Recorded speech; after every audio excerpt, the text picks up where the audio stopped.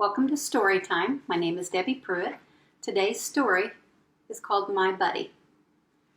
It is written by a lady named Audrey Osofsky. And the illustrator who did the pictures is done by Ted Rand.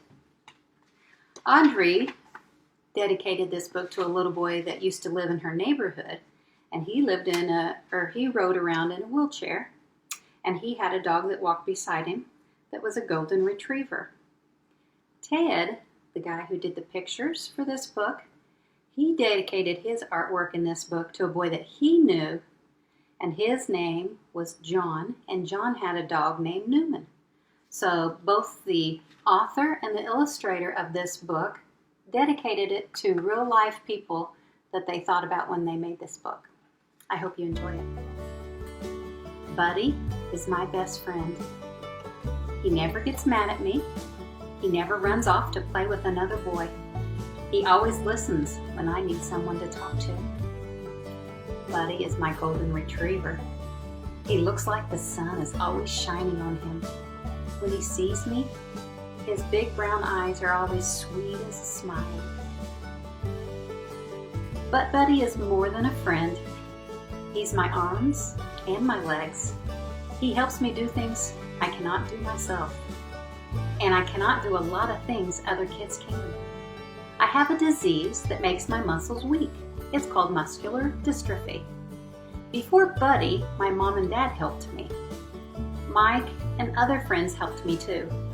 But friends sometimes get tired of helping, and I wanted to do things on my own. Buddy was my wish come true. We met at a camp where Buddy was trained to help someone like me. As a puppy, he was special, loving and smart. He was chosen to be a service dog. Buddy was the star of puppy kindergarten, top dog in his graduation class. In 2 years, Buddy had learned 60 commands. I had to learn all the commands in 2 weeks. How to take care of Buddy too. It was hard, much harder than I thought. We worked long hours and we had tests every day. We called it boot camp because it was so tough, like training for the Marines. Over and over, I practiced giving commands. It wasn't easy to make Buddy obey me. He acted like a kid who didn't pay attention to his teacher. Many times I'd get angry and sometimes I cried, but I never gave up. Even when I wanted Buddy more.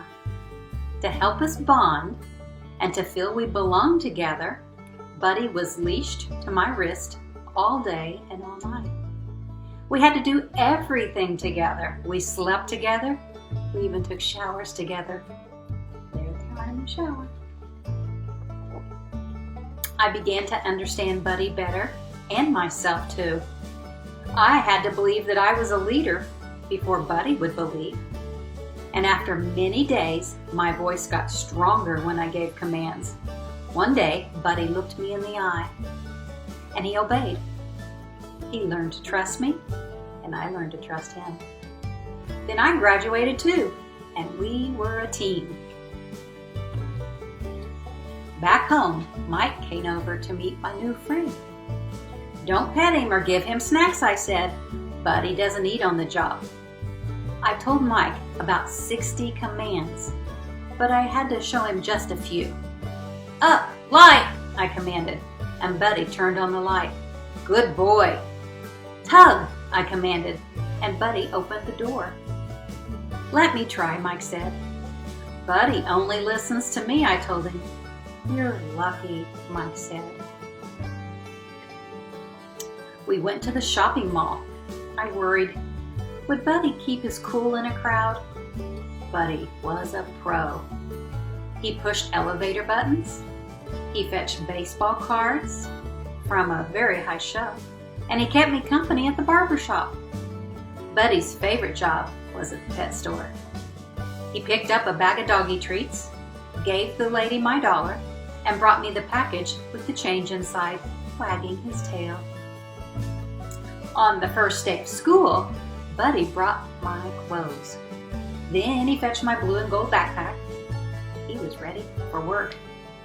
Mom zipped up my lunch, notebook, pencils in Buddy's pack and clipped it onto his back. She gave me a hug. She wanted to hug Buddy too, but she couldn't. He was working. We rode to school together on our special bus. I wondered if kids would think it was weird to see a boy in a wheelchair with a dog at school. Maybe the teacher wouldn't want a dog in her class. Kids might play with him and he'd bark and act goofy. I think he's worried, isn't he? At first, everybody did want to pet Buddy. Buddy is a working dog, not a pet, the teacher explained. His sign says, "Don't touch," so he can keep his mind focused on the work. Buddy fetched a pencil I dropped, and the kids said he was handy. Buddy brought me a book from the library shelf, and they said he was smart. In the lunchroom, Buddy retrieved my empty milk carton from the trash can, and they laughed and said he was very funny. Now the kids are used to this dog at school. When Buddy takes a nap, they step over him.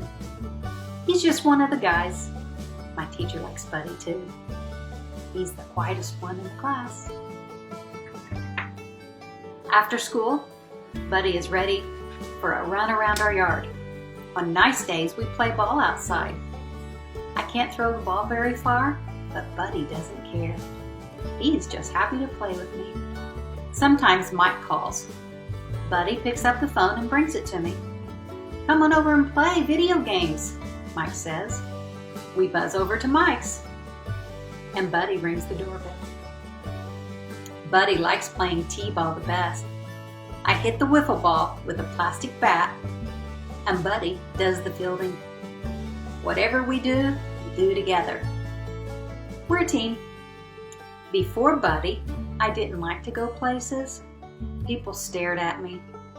Now they look at us, and they ask about my dog. Buddy is my best friend. I tell them that. At bedtime, I brush his shiny coat.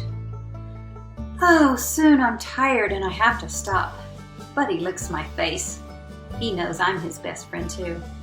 "Up, switch," I command, and Buddy turns off the light.